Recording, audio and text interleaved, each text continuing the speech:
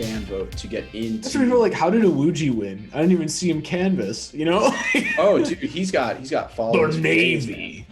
He's got his followers for days. He's a really great iRacer. I've raced against him a few times. He's tough. Yeah. But I love his vibe. He's always positive. Oh, super positive. That's a guy. We should get him on the podcast. We should get Jesse Awuji. Oh yeah, I'd love to go drifting with him. But fans, if you want us to go drifting with Jesse Awuji, let us know. And welcome back to another edition of the Flashback to the Track podcast. The only podcast that is sponsored by Blue Emu, a product that gives you maximum strength relief for your tired muscles and joints. And they are an official partner of the Major League Baseball Association, which I don't think that's how you say it. It's just called Major League Baseball.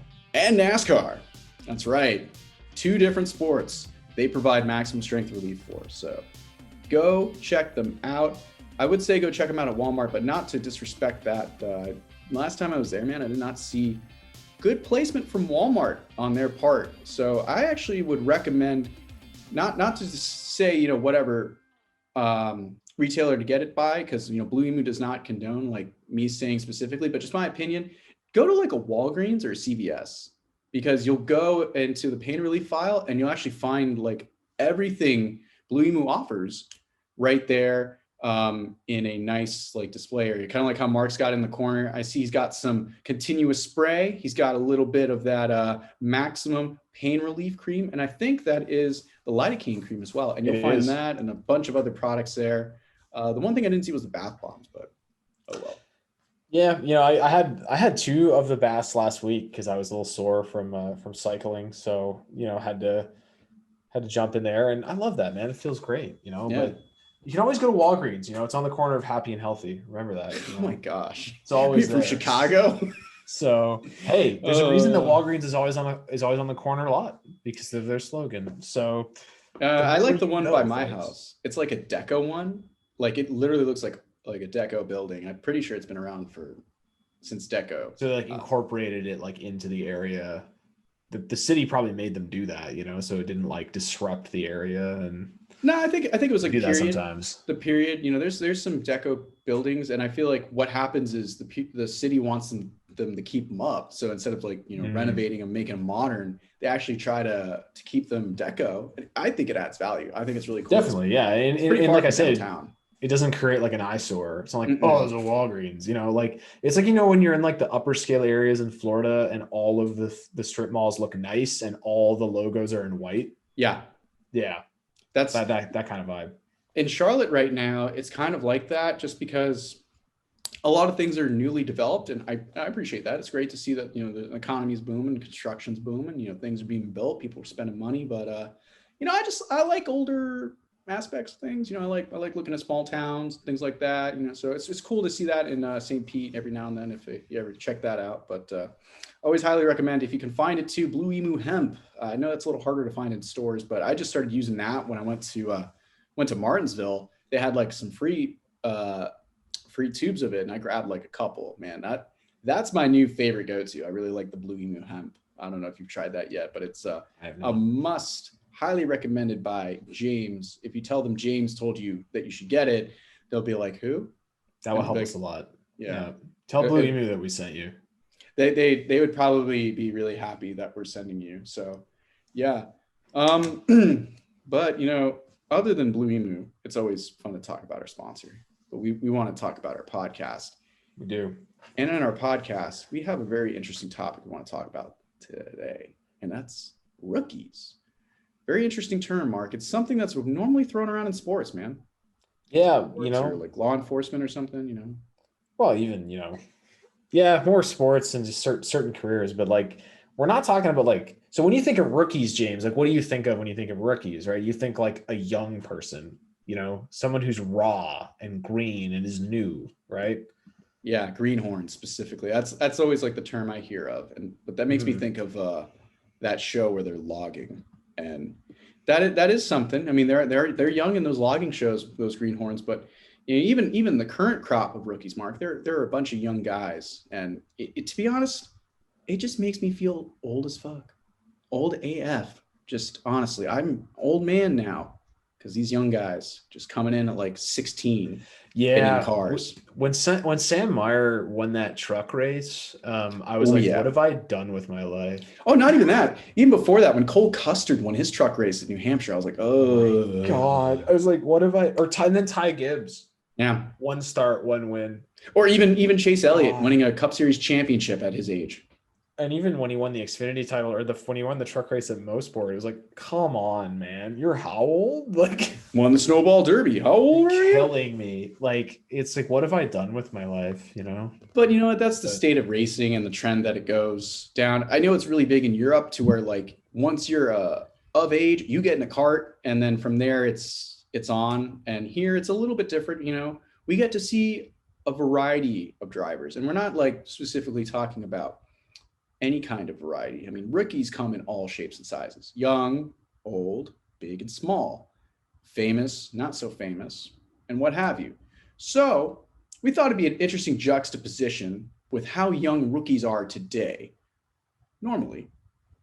And we wanted to look back at some older rookies in NASCAR history, specifically the oldest rookies who competed either for the Rookie of the Year award or won the Rookie of the Year award. All right, we're not talking about one-off starters here. We're talking about drivers who actually sort of declared that they would run for Rookie of the Year, or just ended up winning Rookie of the Year, or were counted towards Rookie of the Year. So I think it's a very interesting topic. I think we have found a niche here, Mark, because you know what? The people need to understand how old some rookies can be. There was a time when you weren't 18 and in Cup. There was a time when you had to do 10 seasons of the lower series before you were even considered. You know, there was a time when even I think Kevin Harvick quoted as saying that you're not ready for Cup until you're 30.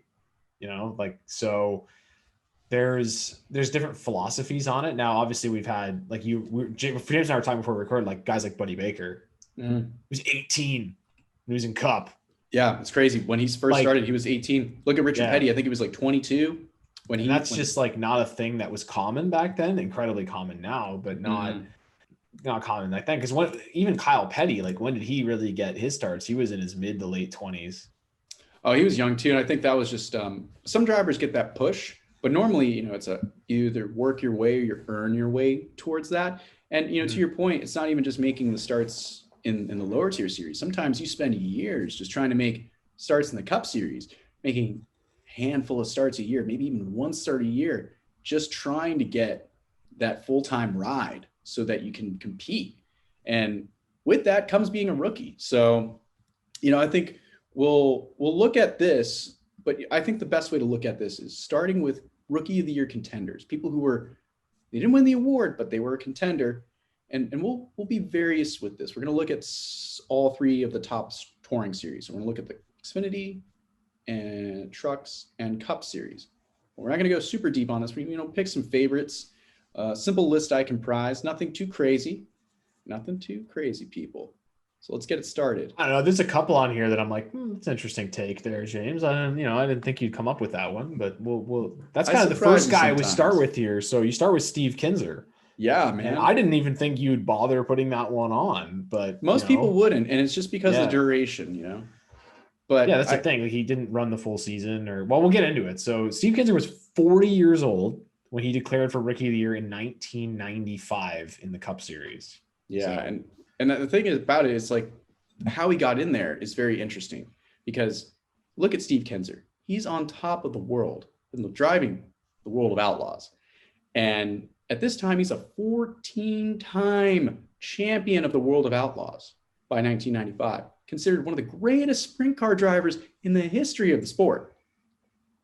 Think of this like Michael Jordan, when he jumped from basketball after winning so many championships and decided, you know what, I'm going to go and follow my heart and play baseball. Steve Kinser had an opportunity to go into the Winston Cup Series at the time with King Racing, which was the number 26 Quaker State Ford that was owned by Kenny Bernstein, drag racing legend himself, Kenny Bernstein. Now, the world was shocked. People were like, what? This was like a big move back in the day. You know, consider this like, I'm trying to think of a really big Top Fuel or funny car driver. I don't know. Yeah, I'm gonna be no help there. I'll just say, Cruz Petragon in his prime. Can you imagine Cruz Petragon being like, oh, I'm going to go and, I'm just going to go race stock cars. Like, that's really random. But I feel like what's more random for King is, I don't think it's random, actually. I think there's a trend here. Look at who came before him in 1991. Jeff Gordon. He came from a dirt background, ran in the World of Outlaws, had a few seasons in the Xfinity Series, went to Cup. At this time, he's, not a rookie anymore. He's won some big races, won the Coke 600, won the Brickyard 400. It's looking like there's prospects in dirt racing that can make the transition over to NASCAR. So, these are, some supporting factors to why, Steve is in here. Also, don't forget, people, he won that ARCA race in Talladega in 1994. So, IROC race. Yeah, he won that IROC race, Talladega 1994. So, and that's the thing is like, so we talked to Wally Dallenbach in an earlier episode. He mentioned it was really IROC that was like the gateway drug to like, running NASCAR. Right. And that's really, I think a lot of guys, they'd go run IROC. Even Robbie Gordon, it was the same thing, ran IROC, and Earnhardt was like, you're really good at this. You should maybe think about NASCAR. So, I think Steve got to at least wet his feet in a sort of stock style car before going, full time. Yeah. And it does help a little bit. And he did actually have a few tests too. I think he tested at like Phoenix and Myrtle Beach before he really got into the season, but still very green, coming in with not a lot of experience. And that's a problem because, Mark, I don't know about you, but I'm kind of the same way. When you come into a new thing, you come in with really no expectations just because you don't want to disappoint yourself or just overreach with expectations. But even when you don't and things aren't going your way, it really hurts your confidence in your abilities. And with Steve, it was really evident that his confidence took a hit when he came to NASCAR because he couldn't get a feel for the cars. It's totally different than a sprint car. And when you go straight from sprint cars, like we said, to straight to Cup racing, it's like with no real transition in between. Like even somebody like when Danica Patrick came, great IndyCar driver, she did Xfinity partial season, couple partial seasons, then a full season partial Cup, then Cup, right? You had to move it up. Of course, then you got Juan Pablo Montoya who just came over and like was Cup right away and was baller. But that's the exception, not the rule. Well, so, I think that's to that. People need to give more credit to Montoya for doing that because, like, dude, it's hard, especially at the age he did come in. He came in and took the bull by the horns and competed and was competitive, and people still don't think that was enough. Come on, we put some respect on that man's name. We respect him on this podcast. All right. Yeah. Rodney Dangerfield would say, no respect, no respect. Kinser would only attempt to run 7 races that season and would make 5 of them. He was released after 7th race, and it was a mutual agreement between Bernstein and Kinser, was mutual. Listen, I'm going to get out. Even by race 5, he was kind of like iffy and on the fence. And then he kind of, stuck it out because he's like, listen, I made this commitment. I'm going to do it. I believe in myself. I know that's a lot of it. I'm going to do it. And unfortunately, it just didn't work out. He only made 5 starts. He completed 958 of the 1,713 laps that he was able to compete in. No top 5s, no top 10s, but he did have a best finish of 27th at Rockingham. And his average finish in those 5 races was 35.2 with 3 DNFs. So, yeah, I think a big thing too, Mark, to your point there earlier, Jeff Gordon said it too in an interview during this time period. Steve Kinser's the king. You can't take the king and put him in the Busch series. So true. And Kelly Earnhardt was very vocal about the fact that she wishes Danica Patrick could have stayed a few seasons full time in the Xfinity series to really learn.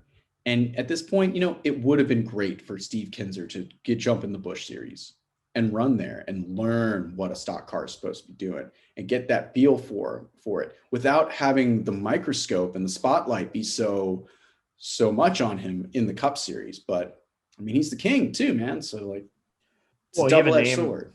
You got a name like that, and just the sponsors want him to be in the top series, and it's like, yeah, they want the instant gratification. Like, we don't want a slow burn of waiting for you for 3 or 4 years. Like, we want to go and do this. And, Quaker State's been a partner of his forever. Yeah. Right. And they wanted him to just go straight to Cup. So tough situation, like it didn't work out. And to only have it last 5 races, I think is kind of, it's just very unfortunate, but he had it figured out pretty much by then that he was more than he could handle. And he went back to sprint cars and won another 8 million championships. So it was fine, Yeah, that's the thing too. It's like you go to a series where you're much like Jordan, you're going to be demoted and not have the same success right out of the gate, or you come from a series where you're a champion, regarded as one of the greatest to ever do it.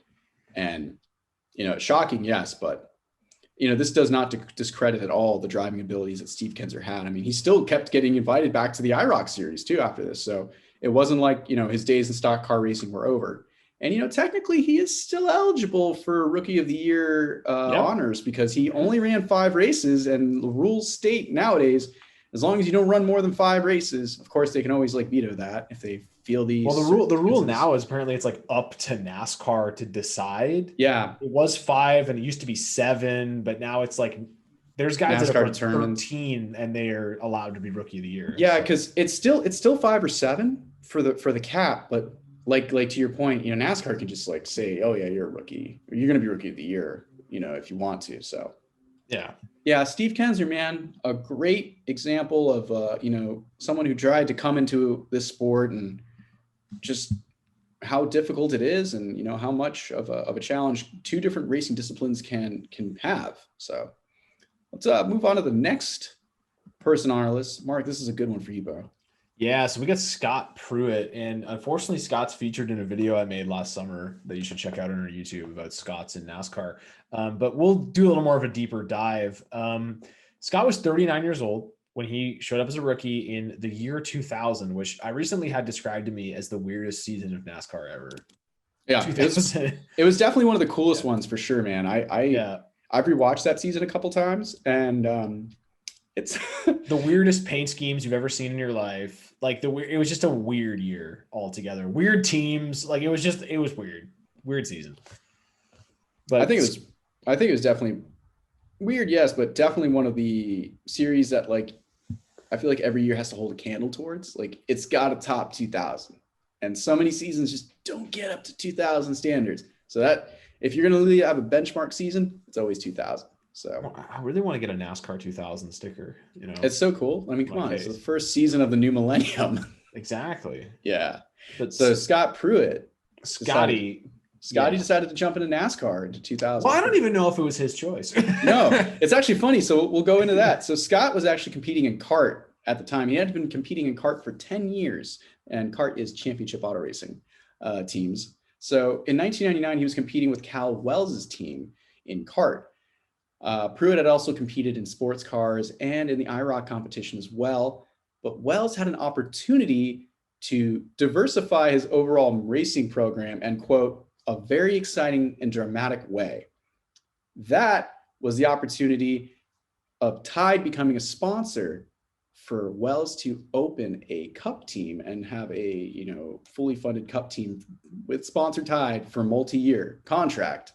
And he didn't go far for his driver, because he just tapped Scott Pruitt to be the driver of his Cup Series car. Why not? I mean, he's got some IROC experience. I feel like he made a couple of starts too, but I mean, Pruitt, that's an interesting choice. Veteran, yes. Interesting choice, even more so.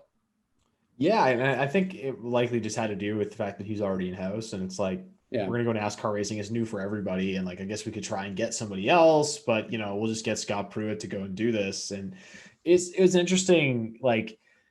In a tough year, man, brand new team, brand new type of racing. Now, granted, this was an era where you could test a lot. So they definitely would have had a lot of testing time, but it's also unfortunate because even though he was 39, Scott was kind of just hitting stride with Toyota and IndyCar at the same time, or in kart, winning the pole at Fontana and stuff like that. And they were really fast. So for him to now have to go to NASCAR and try this new thing. He only had a few highlights that season. So at Vegas, he qualified second, which was that was the 3rd or 4th race of the year too. Yeah. Back on Flat Vegas. And that's when Flat Vegas, the road course guys would usually drive really well there because it'd say it would kind of drive like a sweeping turn on a road course. So they were usually pretty fast there. Texas, he actually led 14 laps, but he was taken out in a crash after he lost the lead. Sonoma, naturally. Sorry, go ahead. Well, that was an interesting one because, like, dude, he was dominant in that race to start with. He came out and just took off. And it was like, whoa, what is this? Scott Pruitt taking the lead. I'm like, what?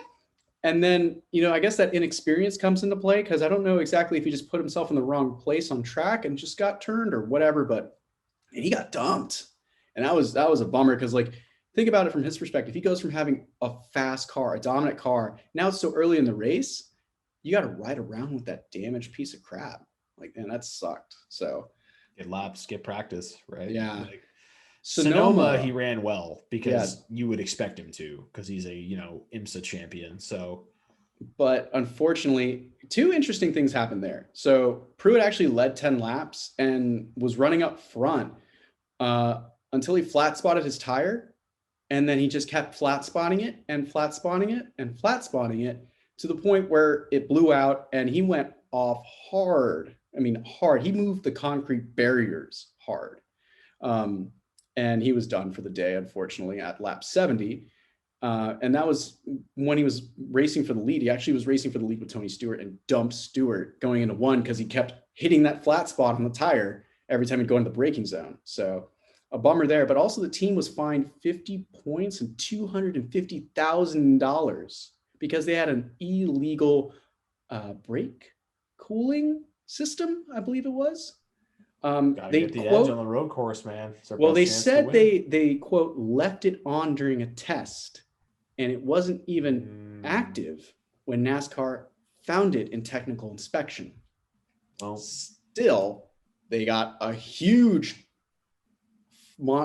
financial fine. The points, that's small. 50 points, come on. You can make that up in like a race. You make 180 points a race back then if you won. So, yeah, that was pretty bad. And then, Mark, at Indy, man, you talk about the flat tracks for these open wheel guys, but I feel like it's a little bit of his experience at Indianapolis that led him to have such a strong run and actually capture a top 10 finish. 10th place. Got it. So he ran really well at Indy, which you would assume that he would. And then, unfortunately, failed to qualify at Watkins Glen the next week because it rained and they didn't have enough provisionals left to make the show. So really unfortunate that he probably would have ran really well there. And as we know from his time as a ringer, if you check out our Road Course Ringers video, that he ran really well at Watkins Glen. So it's really unfortunate that happened. But yeah. But you know what, that race, Robbie Gordon got like a really great finish. So finished fourth after starting 41st, my boy. Just think, he would have finished fifth if Scott Pruitt was there, but Scott Pruitt ain't there. He finishes fourth. He definitely would have finished ahead of Scott Pruitt. But Scott, he attempted all 34 races. So they did a full season. He missed 6 of them. He made 28 starts, completed 6,216 of 8,057 laps. He had no top 5s, 1 top 10. Ooh. Average finish of 31.5 and 11 DNFs. That's the staggering number there, dude. How many cars they races? Like, they wrecked so many cars. But then again, they got Ricky Craven. So yeah, that was a really big move for Cal to get a veteran driver. I think that honestly, that's a big move you want to do when you start a new team, is you want to have a veteran driver. Ironically, the next one we're going to talk about is very interesting with that regard. But yeah, kind of back to where Kinser was, adjusting to a different kind of vehicle. Scott coming from an open wheel car where the tires wise as wide and the car weighs half as much. Yeah. It's different when you come into a stock car where it weighs twice as much and the tires half as wide. Yeah, Harry. Burning them up. Yeah. Understandable. You know what? Scott toughed it out because he did come back, a few times later on. Unfortunately, he really didn't run any ovals, but still. Scott Pruitt. We ran Indy in 2004. That was the only oval he ran. Yeah? Oh, dang. With Phoenix Racing, but I think they ran like 1 lap and parked. Yeah, and it seemed, Sorry, Scott. But hey, you know what? Hide your family at home. Hope they're doing all right. Hide your family at home. Next up, my personal favorite on this list, hands down my favorite rookie in the Cup Series. It's such an odd one. Ron Hornaday Jr., 42 years old, 2001 NASCAR Cup Series Rookie of the Year contender. man. Yeah, this is an interesting one, man, because like Ron didn't start in NASCAR until he was like 35 and he raced in the West Series, right? Well, he was a proven champion in the West Series, Southwest Tour specifically. But yeah, to your point, he really didn't get that big break into the top 3 series until 95 when the Truck Series was formed. And he was actually picked by Dale Earnhardt to be the driver of that ride. And he was actually at DEI for a good 6 years running trucks, eventually graduating the Xfinity Series. But unfortunately, when sponsor Napa wanted to go cup racing and they didn't want Ron as their driver, that meant he was out at DEI. So he would actually have to go to a different organization to pursue another NASCAR venture.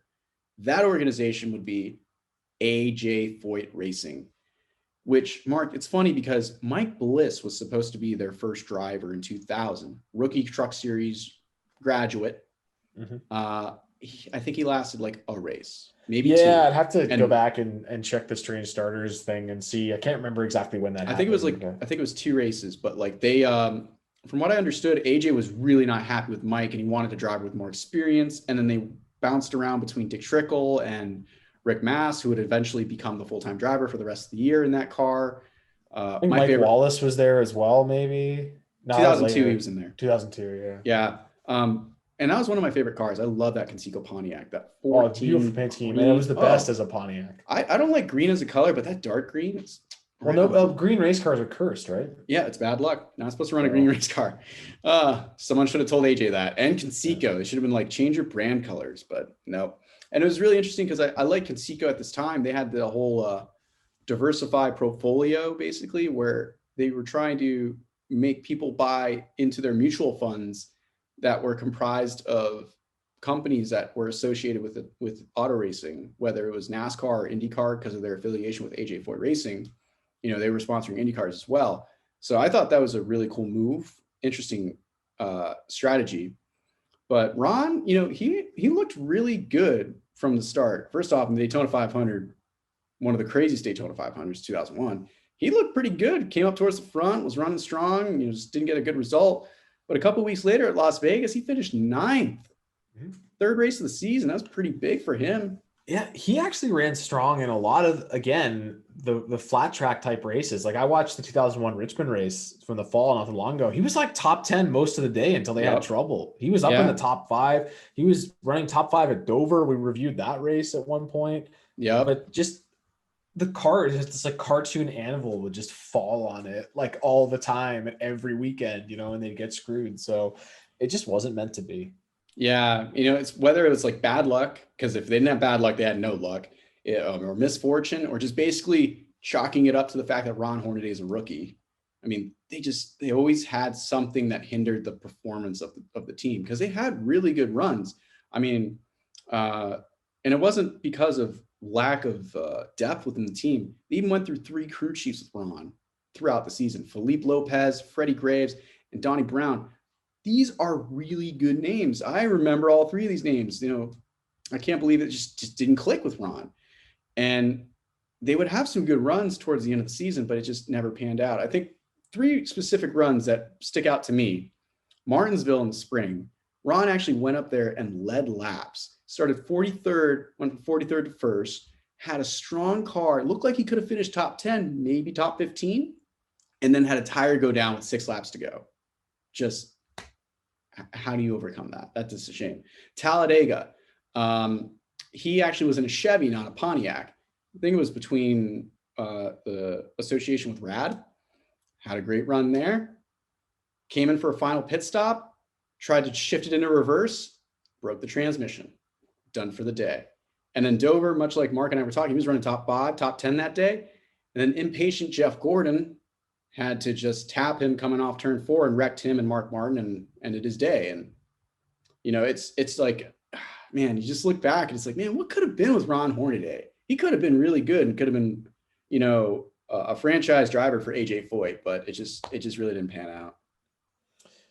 Yeah, you know, that was a really interesting year. And like, because they go from Mike Bliss and then to Ron Hornaday, and like to see a guy that old move up to Cup, I just thought was like so strange looking back on it. And But that was the thing about the truck series in 95 when it started. It gave all these guys a new lease on life. They got an opportunity, and guys like Hornaday and Sprague and Skinner showed how good they were, and they worked their way up and became, serviceable drivers. Like Hornaday was never really a cup driver, but No. man, he won another truck championship. He had strong runs in Xfinity, driving for RCR in 03, 04, won races, so he had he had another successful 10, 12 years of his career. So, everything worked out pretty well. Yeah, and age is just a number, like you can still even have great success towards the latter prime years of their career. I mean, and Ron proved that.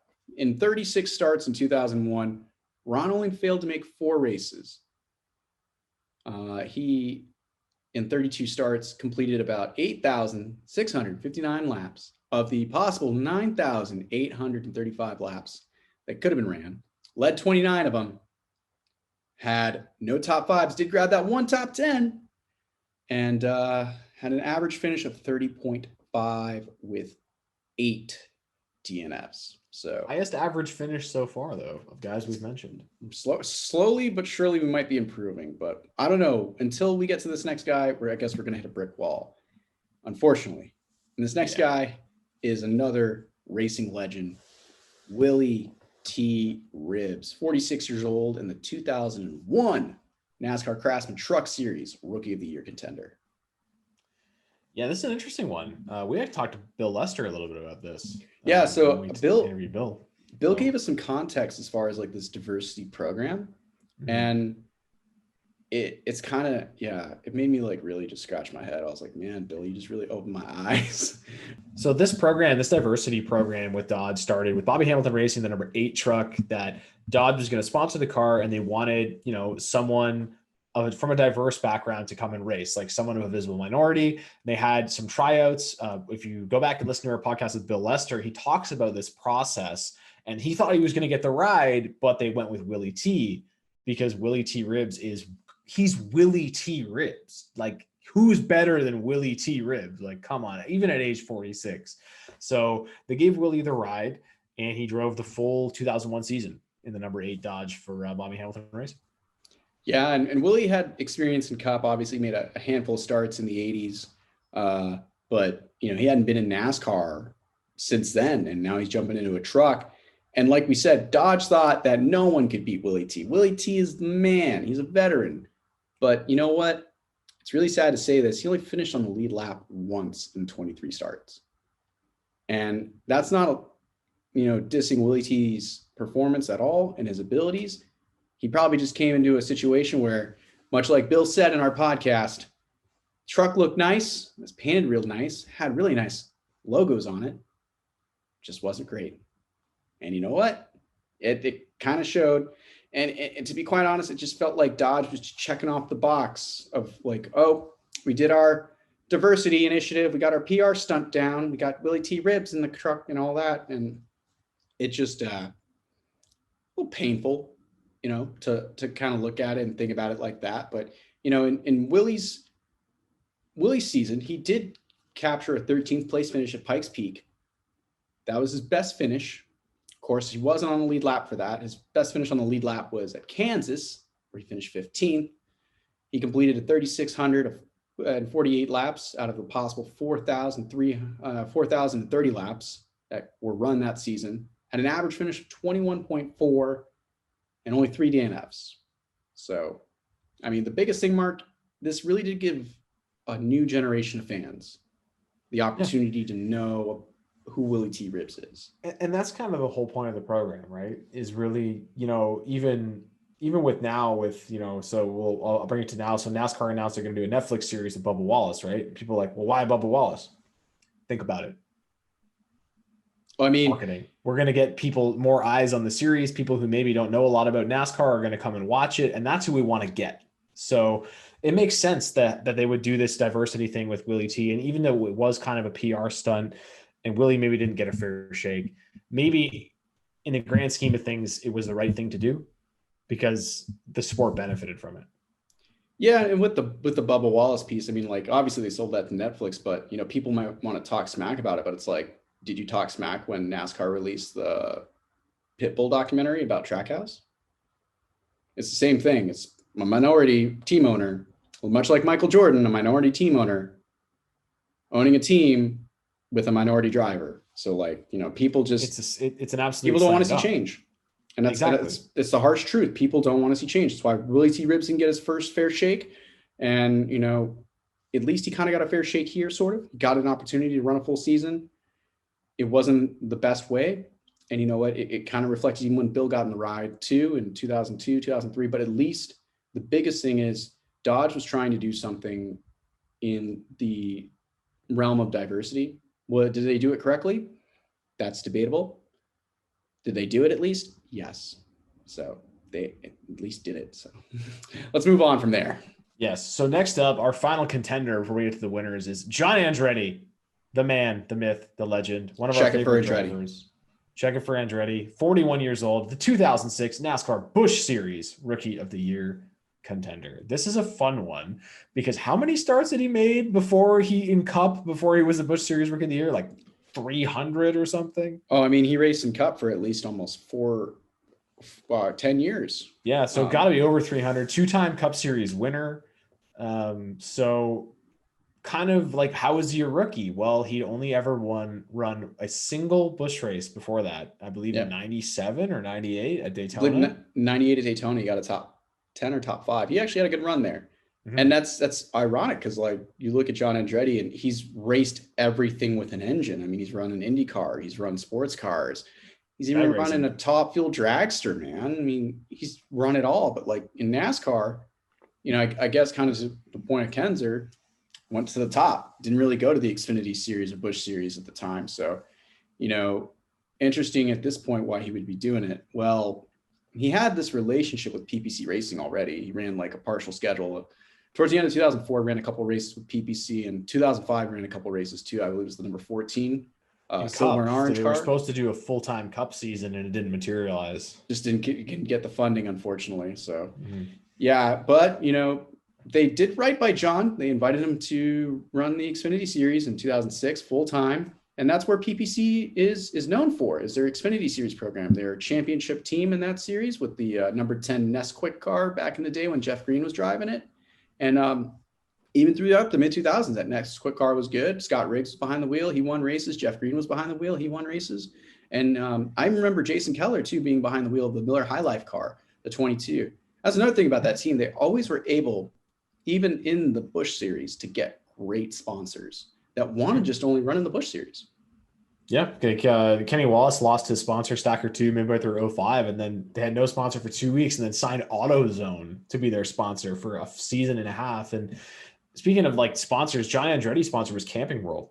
Yeah. And this is actually the first time Camping World ever sponsored a car in NASCAR. So now they sponsor 18 trucks a weekend. But back then, Camping World had never been in NASCAR before. So he drove the Camping World sponsored car with their various different lines of products, Freedom Road RVs, things like that. So really cool. And PPC was coming off a year where the 10 car was very much like the secondary car where they had a bunch of different drivers. Michel Jourdain Jr. was a rookie and it didn't really work out. And Brent Sherman drove for a while. And then now they're established with 2 veteran drivers in 06 with Kenny Wallace and John Andretti and ready to have like a solid season. And that's the thing. It's like, you look at it, veteran drivers, championship organization. You think everything's working in the favor for John to like go out and possibly win this championship. Well, might we remind you, it's 2006. Bushwhacking is still a thing. And not only that, it's a necessity because if you want a sponsor to be on your team, you need a proven driver behind the wheel. And 9 times out of 10, a Cup driver is that person behind the wheel. So you look at some of these fields, I mean, like half the field at times is just full of Cup Series regulars. And Cup Series regulars behind the wheel of Cup team equipment that's running in the Xfinity Series or Busch Series at the time. So, I mean, even for John to have a top 10, top 5 day, that's like a victory for that team with how ultra competitive the series was at the time. I think there was a race at Chicagoland that year where Johnny Sauter was the highest finishing regular and he finished 16th. So like, yeah, there's 18, 19 Cup guys per weekend. And yeah, it was great. It was bringing an influx of money into the sport, but like at the same time, at the cost of the development of the younger drivers, right? So And that's the thing too, that, I think you bring up this fact is a great segue into it. Rookies were also a big push in this series at the time, whether it was people running for rookie of the year or just newer drivers who were just getting into it because they have a developmental deal with a team or manufacturer. Yeah. So with that came an additional hour of rookie practice, and John got to run this rookie practice. And he got an extra set of tires for the weekend because he's a rookie.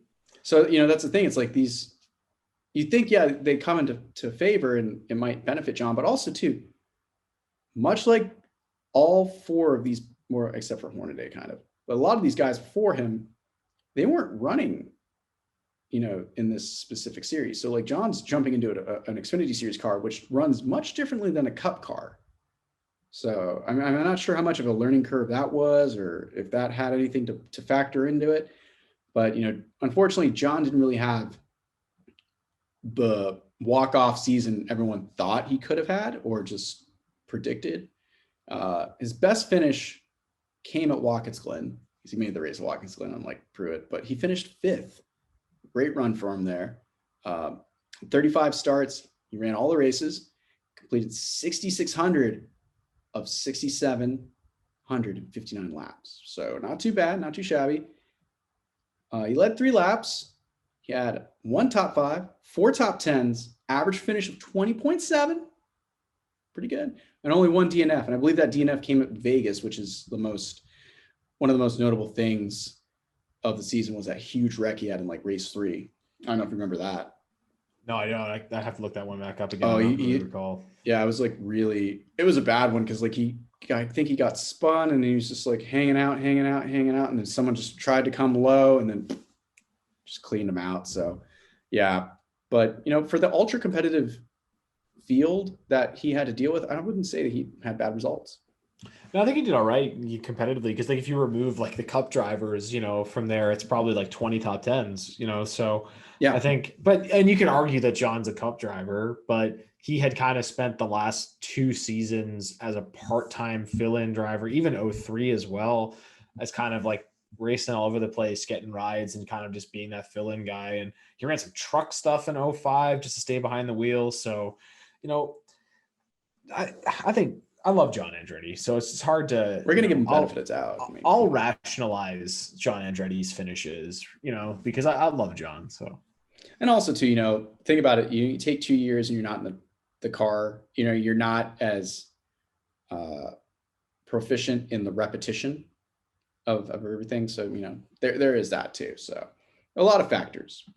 Moving on, we're gonna look at drivers who actually won Rookie of the Year honors, the rookies of the year, so to say.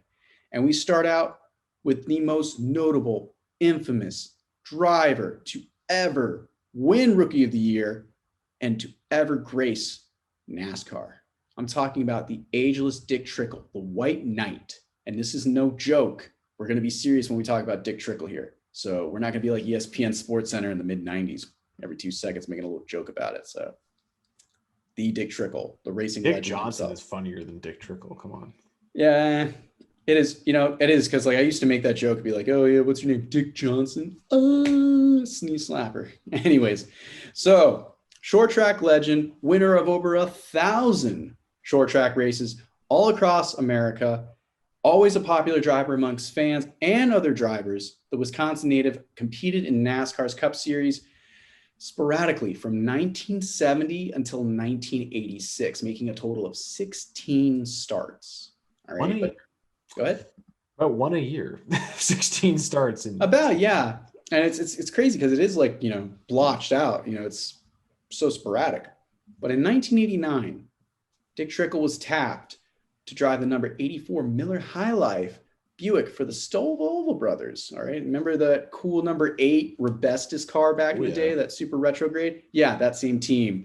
They had the Miller High Life car back in the late 80s. So Mike Alexander was their driver, and he was injured in Daytona. So Dick was tapped to fill in for Rockingham, and he finished in the top 5 for 4 out of the first 7 races with the team. I mean, this guy just jumped in to NASCAR stock car racing again.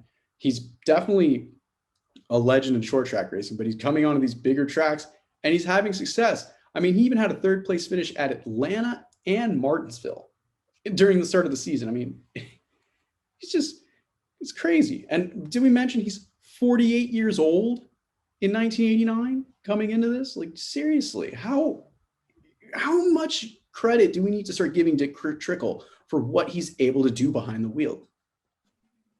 Dick Trickle's the man. You know, that's the thing. So to be that old and come in and have very little experience before that, like just the 16 starts, and then be like, hey, you're filling in for this guy, like no biggie, and then goes off and batters off these amazing finishes, you know. Yeah. And then to, you know, end up winning Rookie of the Year in a season that you weren't even supposed to race is pretty incredible. Yeah. And here's the thing too. It's like, it's funny because like, if you know about Dick Trickle's racing history, he has actually been a long time hit with his sponsors. It doesn't matter who it is. And Miller High Life at this time was a sponsor. They loved Dick, but Dick was actually associated with several other beer brands. Specifically, he was sponsored by Pabst Blue Ribbon and Coors Light during his time racing on the short track. So, I mean, this was just like the perfect fit for him. I mean, that honestly also could have been the key to his ageless success, was the fact that he drank so much beer. That, or the fact that he smoked so many damn cigarettes and always had Reese's peanut butter cups in his suitcase with his underwear. I don't know if you ever heard those stories. No, about Dick. Never heard of that. Yeah, he supposedly would walk around with a suitcase, and it would, all that would be in there was underwear, socks, Reese's peanut butter cups, and cigarettes. Well, smoking does make you look really cool. I don't condone smoking, but my God, it makes you I 100% agree with that. Mark is raising a really great point. Smoking does make you look cool, 100%. Is it cool? No. It's a nasty habit. And Mark has seen me smoke a cigarette. He gave me a dirty look one time. I just remember, like, when I was in film school, well, I say film school, but when I was studying TV, every time we would have a character smoke, they just looked like they had so much more personality. I joke with Kaylin about that every time, because like anytime I see someone smoking a cigarette in a movie, I'm like, that's the coolest person ever right now. Yeah, and if you stand next to someone who's smoking, you get secondhand coolness. 20% cooler. Coolness. Yes. Yeah. But anyways, during the season, Dick made 28 starts. He made all the starts that he was supposed to. He ended up competing 8,600 of the 9,520 laps, leading 80 of them. He might not have a victory, but Dick did grab 6 top 5 finishes, 9 top 10s with an average finish of 17.5. But he had 8 DNFs. This is back in a time of much more attrition. Those are probably motor failures, things like that. You know, and speak about attrition too. Like, you know, sometimes you wouldn't finish on the lead lap and you'd have a top 10 finish. You know, it's such a competitive grind. It reminds me much of sports car racing, because people forget that 500 miles is an endurance race. It is a one driver enduro event. And yeah, this was a time when a lot of the races were 500 miles. It wasn't a lot of like 400s and like we see nowadays. It was always 500 miles. So yeah, Dick Trickle remains the oldest driver to have ever won Rookie of the Year honors at age 48. No one, I don't think, will ever top that. No one can. I don't think nowadays can try to compete with that. So it's crazy that he did that, and it cements his legacy too, man. People need to recognize how great of a driver he was. Probably could have won a race or two in 1989. Just probably things didn't go his way. And I mean, we all know the closest victory he got was, I believe, the like Winston Open race. He won that over Robbie Moroso a year later. But man, Dick Trickle, he is definitely an example of a driver who was able to come in even during his prime, kick ass, and you know, he didn't like just fade away, man. He became so popular throughout the 90s, like we said, because of ESPN and just the telecasts and him having such a recognizable name. I mean, he was a hit in Japan. He got so much notoriety for finally coming to NASCAR and doing it. It's like it was like a second career resurgence for him. So, I mean, he became a personality for sure after this. Great man. Miss you, Dick. Next up, we have Jimmy Hensley. Now, Jimmy Hensley was 47 years old, so just 1 year younger, and he's 1992 Cup Series Rookie of the Year. And we've all heard the story of the Hurricane Hensley. When Jimmy Hensley qualified Dale Earnhardt's number 3 on pole at Martinsville in 1989. Did you actually hear about that story? I have not. These are James's notes. So no, I just want to know. So it's like, there was technically like a Hurricane Hugo. So that's why I said Hurricane Hensley. I heard like Dr. Jerry Punch describe that before, but yeah, man, qualified Dale Earnhardt's car on pole, man. That's gotta be great when, like the sub driver qualifies the car on the pole. I think Dale was there to see it too. And he like came and congratulated Jimmy afterwards. He was like, good job, buddy. It was like, Dale started at the back still back then. Yeah, too. Yeah. Because he wasn't technically, I really wouldn't know like specifics, but yeah, he did have to start in the rear. But he technically was in the Busch Clash next year. I think that was like one of the first things Dale said. It was like, you're in the Busch Clash now, man. You got to ride for that. Oh man. Anyways, so yeah, Hensley. A few years later, he has made 29 Cup Series starts from 1972 to 1991, and from 1982 to 1991. Hensley captured 9 victories in the NASCAR Busch Grand National Division. All right, so Hensley. That's where I know Jimmy Hensley more as like a Busch Series driver. Yeah. Yes, I always remember Hensley from the Truck Series days when he was with Richard Petty's team. So it's like it's interesting that he's a driver who's had success in all 3 of NASCAR's touring divisions or top 3 divisions. So it just proves his talent as a driver. He was hired by Cale Yarborough to replace Chad Little in the number 66 Trop Arctic Ford for Cale Yarborough Motorsports. 8 races into the 1992 season. Now, Cale had Dick as a driver for a few years, and Dick was looking good with the team, and then they had a really bad 91, and then he was kind of going through drivers, and then he just finally landed on Jimmy Hensley. And I don't know why, but it just clicked, man. For some reason, Hensley in that car, they were a good team. Yeah, so he was awarded Rookie of the Year honors at the end of the season because he was the only rookie contender to run all the races. So no disrespect to Jimmy Hensley's on-track performance, but it's like you were the only eligible driver, so naturally you won Rookie of the Year. But still, his stats speak to a very strong year, and makes me wonder what would have been if he would have ran all the races, because he, in 22 starts, completed 6,800 of 6,925 possible laps, leading 22 of them. He didn't have a top 5, but he did have 4 top 10s and had an average finish of 18.2. So probably one of the better average finishes we've seen so far, and only 1 DNF. So if you really look at it and you look at his average finish, and if he would have had that average finish while running all the races, he actually would have finished top 20 in points. That's a pretty good rookie season for 1992, with what you would have been going up against. Oh, yeah. And 92 was a competitive year. And not only that, the 90s in general were just super competitive. I was about to say the 90s were just a very hard. There was days where Earnhardt would just like run 30th, because they didn't have it that day. Yeah, look at 92. 92 was a dismal year for Earnhardt and the 3 team. And that was weird because they just came off the championship the year before. Back-to-back championships, in fact. So it's like, it just spoke to the competitive nature of the Cup Series at the time. But not only that, too, just like how you look at the time period, single-car teams were fading away, Like, Cale Yarborough's team wouldn't last that much longer, unfortunately. But, like, Rick Hendrick had 3 cars running. Roush had multiple cars running. It was definitely the tides were shifting at that point to where if you were going to be successful in the Cup Series, you definitely needed to have a multi-car organization. Well, James, isn't that just a wonderful segue into our next rookie? Call me Mike Bart Skinner. Woo! Or the American, as they call him on the Grand Tour. The 40-year-old rookie in 1997. The 40-year-old Cup Series Rookie of the Year, Dale Earnhardt's first full-time teammate.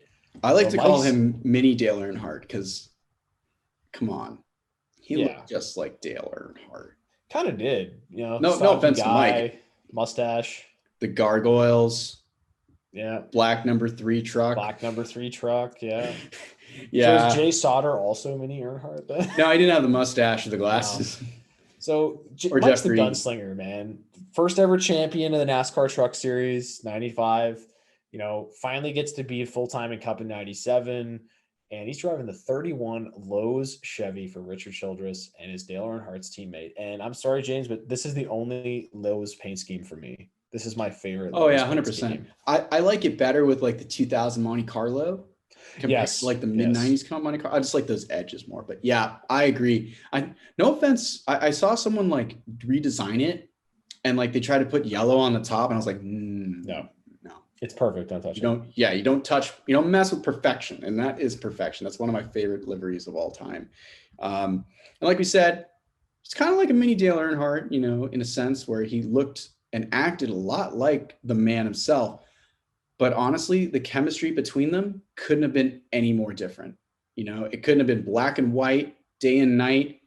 Seriously, it was tense between the two. And the biggest reason was because Dale Earnhardt didn't want no teammate. All right. Dale was set in his ways. They didn't need no multi-car organization. I believe at this point, he just got Larry McReynolds as a crew chief. So he's like, trying to come back and reclaim his throne as, the intimidator and the top guy in NASCAR, and just having a teammate is a distraction, man. Why do you want to teach this young rookie what's going on?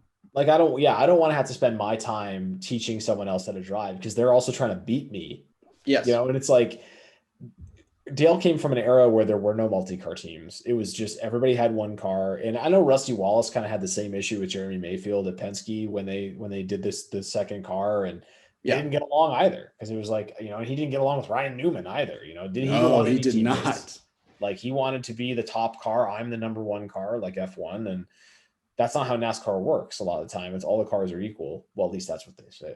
So, and that's the way a lot of teams try to take it, where, I think Cal Wells specifically, when I read his thing, he was running a Busch Series team and a Cup team at the same time. But the motto was 2 cars, 1 team.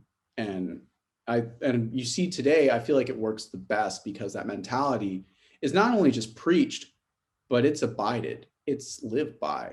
And everyone understands the greater good is ultimately what's best for everyone. Where now in this period, it truly is, you're taking what is mine. I'm getting the limited amount of resources. I'm getting the short end of the stick. It's all about me. And it just really reflected, man. It's a shame because like a lot of things could have been different if people were a little more willing to go along with the change, but it's unfortunate. Some of the highlights though, I think this could have started to ruffle the feathers. First off, Skinner was the second ever rookie to win the Daytona 500 pole. So you think about that. Dale Earnhardt didn't have sort of the fastest car on to qualify. Technically, Mike Skinner did. So do you think that ruffled Earnhardt's feathers kind of going in through speed weeks? I don't know. An unfortunate fact about that is Mike didn't lead any laps in the race. Yeah, no, he never even led the first lap. Like he got like shuffled back real quick. So he, to that point, man. Yeah, he could have. He wants to work with you when you got those stripes on your bumper, man. Well, he could have had just a fast car to qualify, but not a good car to race. So that's just part of it. He led 10 laps at Texas. So yeah, he led 10 laps. He won the pole at the July Daytona race. And he captured a best finish of 6th at Pocono. And that following week, he would capture another top 10, this time at the Brickyard 400. Beyond that, this isn't like 1999 where we're just going to talk about how close Skinner came to winning a race and he finished second a lot. 97 wasn't the year. And it probably, Mark, I would assume that's just because when you're a single car team going to a 2-car team, even a corporate powerhouse like RCR with everything that it has, it's still a bit of a growing pain. And it's mainly just because of the human involvement in it, just like we were talking about. Yeah, that's the thing. It's like, we're gonna share resources now. We gotta try and work together on this. And are we sharing notes? How much do I want the other team to know? And a rising tide floats all boats, but like that guy's gonna be taking, as Joey Logano would say, he's gonna be taking food off my family's table. Yeah, that's how contracts work, apparently. It's funny, like I told someone that this weekend and they were like, wow, Joey Logano is like an ass. No offense, Joey. You just did it to yourself, man. Yeah. So in that season, Mike ran 31 races. He did miss the fall Charlotte race, did not qualify. He completed 8,389 of a possible 9,488 laps, led 34 laps, had just the 3 top 10s and an average finish of 26th and 7 DNFs. So yeah, still was able to conquer rookie season. Yeah, rough rookie season. Still was able to conquer and capture the title of Rookie of the Year, but still, yeah, growing pains for sure, especially for him. Coming off of the success he had in the Truck Series and then the jump into the Cup Series, and it just not really pan out as well. But it didn't deter him. He still kept at it and would move on from it. Next up, we got Jody Ridley, 38 years old, 1980. Cup Series Rookie of the Year. All right, now Jody Ridley is a Georgia racing legend and member of the Georgia Racing Hall of Fame. He competed in the Cup Series full-time in 1980 for owner Junie Donlevy. And actually, Junie was his owner when he made his first ever Cup start in 1973 at Atlanta Motor Speedway, where he was actually able to capture a top 5. He finished 5th in his first ever Cup start. That's kind of ridiculous. Yeah. That was more common back then, I think. Well, funny enough, we were talking about attrition. He wasn't even on the lead lap when he finished. Yeah.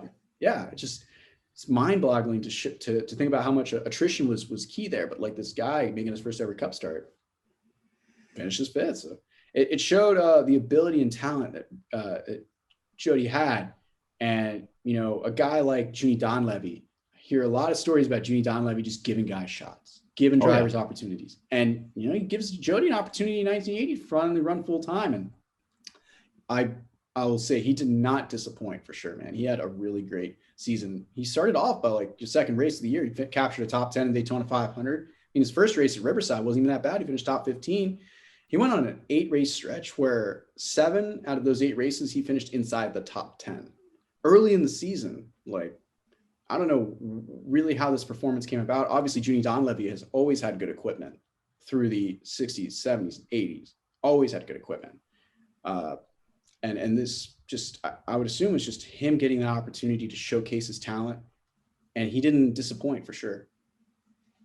Yeah, so he made 31 starts that year altogether. Sorry, he did match his best finish of 5th twice that year, 2 top 5s. Yeah. He made 31 starts, completed 9,579 of 10,320 laps that year. He did lead 2 laps, 2 top 5s, 18 top 10s in 31 races, only 4 DNFs and an average finish of 12.4, finished 7th in points. Yeah, that's unbelievable. What a rookie season right there. It's like definitely you set the bar there. And next season, Jody would actually come back, run full time with Junie, even have a better season, and actually captured a victory. His only victory in the Cup Series, it came at Dover, and it would actually be Junie's final victory in the Cup Series as a car owner. Just a great story right there. I mean, come on, you look back at that season, and you look back at Jody Ridley's career. Really great. And actually, he made a start in the 1989 Daytona 500 subbing for Bill Elliott. He had injured his wrist in testing, or I don't know if it was testing specifically or practice crash during speed weeks, but Bill couldn't actually run the Daytona 500. So Jody Ridley actually got to run in the number 9 car. I don't think he started the race, though, because Bill started it to get the points, Mm-hmm. Little driver change action, Georgia boys helping each other out, what I mean? Man, got it. Final. Sorry, I was going to say we saved the best for last, man. Yeah. Final rookie of the year is Mike Stefanik, 41-year-old, 1999 Truck Series Rookie of the Year. We got to talk about Mike. Yes, legend himself, 7-time Whelen Modified champion and a 2-time Busch Series North champion. All right, so technically he's got 9 NASCAR championships, and I'm proud to say this. Hall of Fame member, man. Finally, Mike Stefanik did. Unfortunately, rest in peace. He was inducted after he passed. Untimely death. Mike, always think about you, buddy. You're always one of those good guys. Even though people always remember when he got spun out at the bash at the beach by Steve Park, because that's just our generation, I guess. But, he was one of the greatest racers from the Northeast. But he never really had that opportunity to run full time in either of NASCAR's top 3 series. That was until 1999 when Stefanik was hired to drive the number 66 Ford for Philem Motorsports. All right, full time in the truck series, man, full time effort, and it was a pretty good run. It started off amazing for him, dude. He finished second in his first race at Homestead. Flat track, short track mentality, man. He brought it home there. I remember that race, and it's like, look at Mike Stefanik having such a great run here in number 66. Such a feel good story, because like a guy like that, we talk about getting opportunities. He's from up north, There's a lot of drivers from up north, but I guess it's just hard, kind of like Kinser, when you're so dominant in a specific field, to kind of like step out of that, It's the thing, like being so good in modifieds, again, like lighter vehicle, wider tires, and the different types of racing. And then, if you haven't done a lot of speedway stuff, still at this time, like it was kind of, the trucks were kind of transitioning towards more speedway stuff. They would go to Daytona for the first time the next year, so still a good starting point to do some shorter track stuff and then work up to some speedways throughout the year. People still say that, running trucks, if you want to go to Cup, is not really the way to go. Go to Xfinity, because that's the way to go. And trucks is its own thing kind of, but yeah, it's definitely the way to go. And it's glad he got this opportunity. He had the second place finish at Homestead. Then he had 6 races outside the top 10, but then he got an 8th place. In the top 10 again at race 8. At I-70 Speedway. Yeah. Cool little track. Love that track. And Stefanik, he had strong runs, started in 1999, but never really had consistent good finishes. And but he did finish off the season. He had several top 10s near the end of the year. So kind of had an up and down year, but just the fact that he got to do it is cool enough on its own. Sounds like my stock portfolio, up and down, but at least I've got some investments. Hey, I think the coolest part, a Northeastern guy, he got to go race on a lot of West Coast tracks, because that's the thing about the truck series, is they were still visiting a lot of short tracks along the West Coast, whether it was Bakerfield or I believe they still went to Portland, I-70. Actually, no, I think at this point, Portland was the road course, but still I-70, there are a lot of really Saugus Speedway. Mm-hmm. Yeah. There's some cooler tracks that they were definitely visiting at that time period, and Stefanik got to go to them and race them, so you got to check those off the list, and that's pretty cool. Made all 25 races that season, completing 4,065 laps of the possible 4,381, had 1 top 5, 9 top 10s, with an average finish of 13.8 and 3 DNFs. Pretty good debut season for Stefanik. Unfortunately, this was his only full-time effort in one of NASCAR's top 3 touring series. So, I mean, he did definitely make a splash, showcase his talents, and he is a legend. And I wish we could have got to see a little more of Mike Stefanik, man. It's a bit of a shame. Yeah, it's unfortunate. Like, it just sucks somebody who's so good to, and that happens a lot with those, up north modified guys. Ted Christopher too, never really got to do much else beyond the modified thing. And, it's unfortunate that, you want to see more of these regional guys get an opportunity. And originally that was what the truck series was for. And, ended up happening for Mike, and it just sucks that you only got to do the 1 year. Yeah. And, if anything, fans should value a guy like Ryan Preece some more too, because you talk about graduates from that modified series. I think people really undervalue someone like Jimmy Spencer, someone like Mike McLaughlin, Randy LaJoy, drivers who kind of came up through this kind of background, and more specifically a regional background, and then they made it up to a higher level in NASCAR, became a champion, or just became a regular in the Cup Series. And people kind of forget about their background. And, there's a lot of drivers that come from this style of racing, short tracks and regional racing, that make it to Cup. We don't get to see that often nowadays, and it's a shame. But, man, it was really cool to see Mike Stefanik at least make it to the Truck Series. And, kind of your point earlier, you're like, oh, man, people go from, like, more so Xfinity to Cup, and that is the true trajectory. Someone should tell Kurt Busch he did it wrong. Trucks to Cup. Trucks to Cup. Not only that, super late models to trucks to Cup. Like, man, his career. That's off topic, but man, that was his career. it's a benefit of some very good timing, I think, for him. And not only that, just like, wow, somebody's got to drive this thing. And being confident in yourself too, and understanding that you got a lot of great tools around you, use it. And, he was a brash guy, young head. Saw that struggle, that first 30 or so races of his Cup career, But then, you know what? He had some bright spots, especially like that in Indy, having that top 5 run. And, he just showed that he was really good. And like 2002, man, he won on every kind of track, short tracks, intermediate. He was good. So yeah. So Mark, from this crop on this list, what did we learn? Age is just a number, James. That's really what I learned. And I learned that there was a time in NASCAR where you didn't have to be 18 years old and a rookie. Because, like, I remember when David Gilliland got his first chance in Cup, and people like, oh, he's 27. He's too old. It's like, really? Like, he's too old. Like, when you look at even, like, F1 now, they're all the guys like 20 years old, 21. Any older than that, you're too old. It's like Star Wars. You're too old to begin the training. It's like...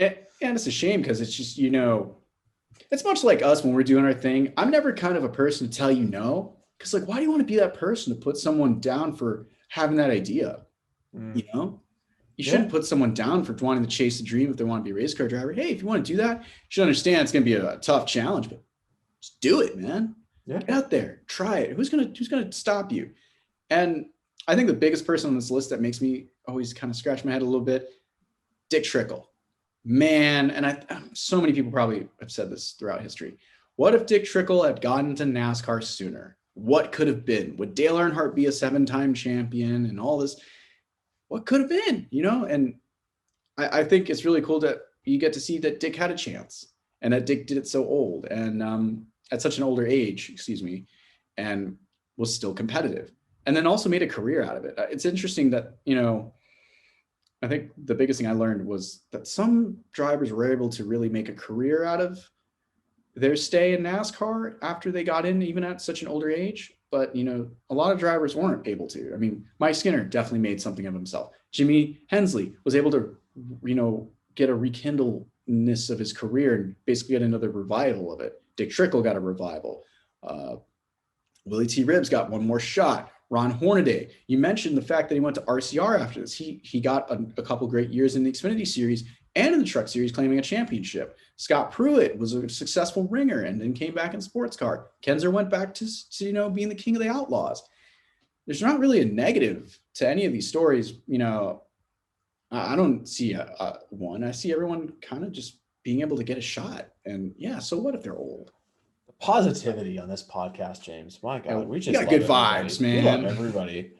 But yeah, I mean, I think this is a cool list. Shout out to you for trusting me and comprising this. No, man, some of the older guys, that's your wheelhouse, man. That's I'm like Jody Ridley. Whoa, I think that's new for me. I had to do some look that one up. So yeah, that's James is really the trap mind NASCAR guy when it comes to these older things, and I'm more of the sports cars and I'm good on NASCAR 97 to 07, 08.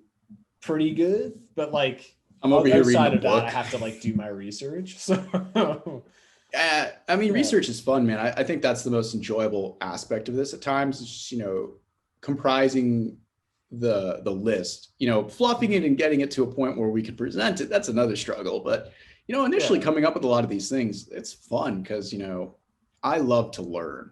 And when I learn something, the best thing to do is for me to teach it to somebody else. And I feel like this is the best, platform that we have is, everybody being able 100%. To listen to us. And that's the thing we say, we're very educational in nature. And even our YouTube channel is educational purposes only. And, and that's what we want to do. We want to teach people stuff. And we're just nerds with a lot of knowledge. And we can't talk to our wives and girlfriends about this because we'll drive them insane. So we just, just talk to you guys, guys, folks. I still annoy Kayla every day. I still annoy the crap out of Nicole with did you see this news? Do you see that news? And she just humors me, and that's nice of her. But that's part of marriage. So that is adorable. Mm-hmm. But we have a special announcement. So since you made it to the end of the podcast, congratulations! You're a great listener or a watcher, viewer, however you're consuming this. I and Mark appreciate it. So what I'm going to do is a shirt I'm wearing. If you can't see it, it is a Bell South Mobility Nemco shirt from, I want to say 99. About that time period. I'll be giving it away on our Flashback Twitter page. If you just reach out and said, hey, I remember when you were on the podcast and you said that, and we'll repost it too. So be on the lookout for that. You'll win this shirt. All you got to do is, first off, you got to be following us on Flashback to the Track, whether it's on Twitter specifically, because this is where the contest is going to happen. So follow us on Twitter, but also follow our partner, Blue Emu, on Twitter as well. At Blue Emu 1 is their handle. Yeah, go find them and give them a follow as well. And we'll do a drawing in a couple of weeks, and we'll announce it on the next podcast. We'll also do a social post about it too. So you can enter to win this sick shirt. James, that was awesome Bell South Mobility shirt. It was actually Keith Plaza's awesome Bell South Mobility. Is it a Nemco one or a Sabco one? This is I want to say Nemco, because it's a Busch Series one. From what I'm, is it? I don't see a Busch Series logo. I know, but there's no Cup Series logo either, too. So it's like I can't say which one, but I would assume it is supposed to be from the Busch Series, because Joe did run the Bell South car in the Busch Series as well. So I'm not 100% sure, but I would assume that's where it's from, because it doesn't say Sabco on it either. And if it was Sabco, it would have had big Felix logo on it, because it's Felix. And I would not give this away if it's a Sabco shirt, people. I love Sabco so much to the point where, like, if I find any memorabilia, I keep it. That's why I haven't given away my cardboard cutout of Kyle Petty just quite yet, because it's got big Sabco Racing on the bottom of it, and I just fucking love that logo. Pardon my French. We should give away the Mike Bliss shirt that we bought at some point. At some point we got to. I mean, you got it right. I shipped it to you. I have it. Okay, good. Yeah, so that's an option. That's the thing about these crew shirts, they're cool pieces of history, man. And I've got a couple. I've got that Robbie Gordon one from 06. I've got the Mike Bliss one from when he ran. That one's because he ran the Cup race at Richmond. It was a one-off shirt, so that's pretty rare. I don't want to keep that. I don't know. Yeah, I mean you're a nerd on that one, so that's the thing, We should give away some of our crew gear that we get from teams that we have way too much of. You don't give it. No offense to our fans, I'm sorry, but that's our Christmas presents to other people. Exactly. We got to regift that to other people. So, I think I got a lot of stuff in my collection. I feel like it would be fair to share it to people that have a common interest, instead of it just I keep it for another 30 years, and whenever I die, it's. And on an estate sale, and whenever you die, Brent Wentz will be there at your estate sale. Brent Wentz will be dead before I'm dead, unless I somehow die before him. Fast and loose there, James. I don't know. I'm no offense. I mean, I'm living fast and loose, but it's not like I'm drinking moonshine every night, Mark. Come on. True. I'm just That's why I drink Budweiser Zero. I'm over here just drinking pure leaf tea. You know what? It's got zero calories. There you go. Because I don't drink sweet tea, people. That's funny. No. It's like, I'm in the South. I don't like sweet tea. It's just too sweet. I liked it when I was a kid. That was some sweet nectar. But as I've grown older, a little bit of splendor. Man, I want to try to be like Mark Martin, where it's like, if it's bland and doesn't taste good, it's right for me, because you want to treat your body like a temple, You're going to work out a lot and get shredded and... I got shredded when I got my Pfizer vaccine, bro. You didn't see that? Yeah. I got Pfizered like Mark Martin, man. I've been Pfizered. But yeah, I think it'll be a fun thing we'll try to do. We'll do some more giveaways too. I got a lot of stuff I'd like to hand out, but I think the crew shirt's just a nice thing to start off with. If you're watching the podcast, you can see what it is, and so you can kind of know what you're getting into. It's a size large, if anybody just wants to know that too. So give it to your girlfriend. She can sleep in it. Wear it and look official at the track, but you won't get it anywhere, because A, someone's going to realize it's from the 90s, and B, you don't have the RC. It doesn't have the RC number. Logo on it. Yeah, so it's a patch. You just got to get that little Velcro patch that says RC and whatever car number. Mm-hmm. We're not trying to tell you how to break into the garage. Yeah, we're not going to tell you how to sneak into races, but yeah, I've done it enough. Yeah. Thanks, everybody. It's another episode of this episode 75. 75 rookies. I hope you all enjoyed it. It was fun to talk about this with Mark, and you guys learn a lot. I got to learn a lot in the research, so I hope you all learned as well. And be sure to go to a local retailer and get yourself some Blue Emu. If you're having tired muscles and joints that ache and they just kind of bother you, and you want to provide yourself with some maximum strength relief that not only works fast, it doesn't stink. Mark, And I'm not just a Blue Emu pitchman, folks. Like I use the product regularly, and I would recommend it to people regardless of whether they were sponsoring this podcast. So, yeah, we do love Blue Emu a lot. So, but yeah, it works fast. You don't stink. Official partner of Major League Baseball and NASCAR, so they're too legit to quit. Go follow them on social media at Blue Emu One, whether you're on Facebook, Instagram, or the Twitter. They have some really good content up. I always love their short series. But yeah, it's probably going to do it for us this week on Flashback to the Track. Until we see you next time, please be safe. Care for yourself. Take care of yourself. Be nice to one another. We'll see you again on the next episode.